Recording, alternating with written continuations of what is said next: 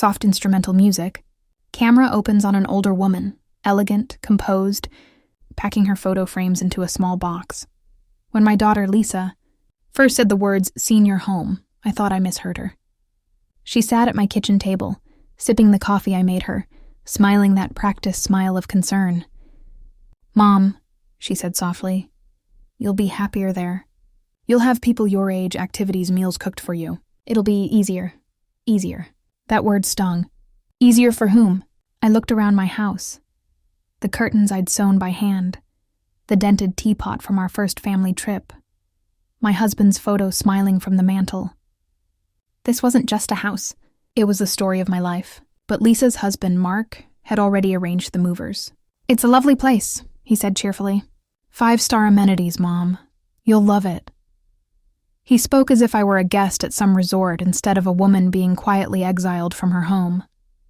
That night, I lay in bed and listened to the sound of packing tape sealing up my life. I didn't cry. Not because it didn't hurt, but because I had learned long ago that tears don't move those who've already made up their minds. The next morning, I was escorted into a car like a polite inconvenience.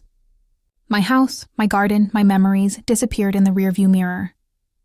The senior home was clean, bright, and soulless. The smell of disinfectant fought with the faint scent of wilted flowers. A young receptionist smiled. "Welcome to Meadowbrook Living, Mrs. Dalton. You'll love it here." I nodded politely, clutching my purse. Inside it, I carried a letter my husband had written years ago, tucked behind a faded bank statement. Something Lisa didn't know existed. In my first week there, I sat quietly, observing. The residents were kind, though most seemed forgotten by their families. They talked about grandchildren who rarely visited, sons who sent checks instead of hugs. Lisa called once a week, short, efficient conversations. "Everything okay, Mom? Staff treating you well? Great, love you." Click. Months passed. My loneliness settled into something sharper. Not sadness, but clarity. I began talking with the manager, then the accountant, then the maintenance staff. I learned how the place ran, who owned it, and how much debt it carried. One afternoon, I found myself in the office of Mr. Henderson, the elderly founder of Meadowbrook. His wife had passed away and he was thinking of selling. He said softly, "This place deserves someone who still believes it matters." I smiled. "I do," I said, "more than anyone realizes." That night, as the lights dimmed across the building, I sat by my window, watching the moonlight spill across the lawn. My husband's voice echoed in my mind. "Never let anyone decide when your story ends." The next morning, I made my decision. Soft piano fades as the camera pans over the home's front gate, the sign "Under New Management" faintly visible.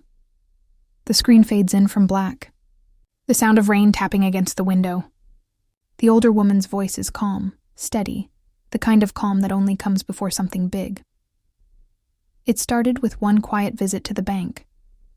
I still remember the teller's surprised smile when I handed her the folder. Inside were my husband's investments, old certificates, matured bonds, and a trust fund he'd set up for me decades ago. I'd never touched it, not even when things got hard. He'd written, "Use this when you truly need it." And now, I needed it. Not for comfort, but for dignity. Within 3 weeks, I had meetings scheduled. I wore my pearls, carried my notebook, and spoke softly but firmly. The young agents underestimated me, of course. They saw an old woman in a pressed blouse and thought they could confuse me with numbers. They didn't know I'd run my own business before I'd ever been someone's wife. When the owner of Meadowbrook, Mr. Henderson, finally invited me for tea, he smiled gently and said, "I've had 6 offers. You're the only one who asked about the residents instead of the profit." I replied, "That's because they're not customers. They're people, and I intend to make sure they're treated that way." 2 months later, the paperwork was signed. The home was now mine. I didn't tell anyone. Not yet. I wanted to see what people did when they thought I was powerless. Lisa visited only once during that time. She swept into the visiting room like she was checking off a chore. "Hi, Mom. Just wanted to make sure you're taking your meds." She glanced at her phone while speaking, scrolling, half listening. When I told her how I'd started volunteering at the home, helping new residents, organizing little events, she smiled distractedly. "That's cute, Mom. Keeping busy is good." She had no idea I'd just fired the old director for mismanaging funds that month. Behind the scenes, I changed everything. New chefs, better staff pay, activities that actually mattered. The residents began to smile again. They called me Miss Rose and teased that I should run the place. I just winked and said, "Oh, I might, one day." The truth felt deliciously alive in my chest. For the first time in years, I wasn't just existing. I was rebuilding something that mattered. Then one sunny afternoon, the call came. Lisa's name flashed on my phone. "Mom," she said, her voice sugary. "Mark and I were thinking, how about we stop by for tea this weekend? We miss you." I paused, the faintest smile curving on my lips. 6 months of silence, and now she missed me? "That sounds lovely, dear," I said. "Let me make sure everything's ready for you." As I hung up, I looked out across the garden, the same garden I now owned. The staff knew the plan. The receptionist smiled knowingly. That weekend would be one she'd never forget. A soft music swells. The camera pans to the entrance gate of Meadowbrook. A new brass plaque gleams under the sunlight. Owner, Mrs. Rose Dalton. Soft piano fades in. A gentle morning light spills through the grand lobby. The camera follows Rose as she arranges a small table, porcelain teacups, a vase of lilies, sunlight dancing across polished wood. That Saturday, I wore my favorite blue dress, the one Lisa used to say made me look too fancy for my age. I wanted to look exactly that way. When she arrived, she didn't even glance at the receptionist. "Hi, we're here to visit my mother, Rose Dalton," she said with that same commanding tone she always used. The receptionist gave her a polite smile and said softly, "I'm sorry, ma'am. Only residents and owners are allowed beyond this point." Lisa frowned. "What? She's my mother. I'm her family." The receptionist nodded. "Yes, ma'am.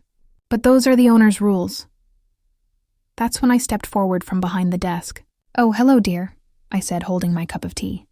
"Did you have trouble checking in?" Her mouth dropped open. "Mom, what's going on? Why is she saying you're the owner?" I smiled, calm and deliberate. "Because I am, sweetheart. 6 months ago, I bought Meadowbrook.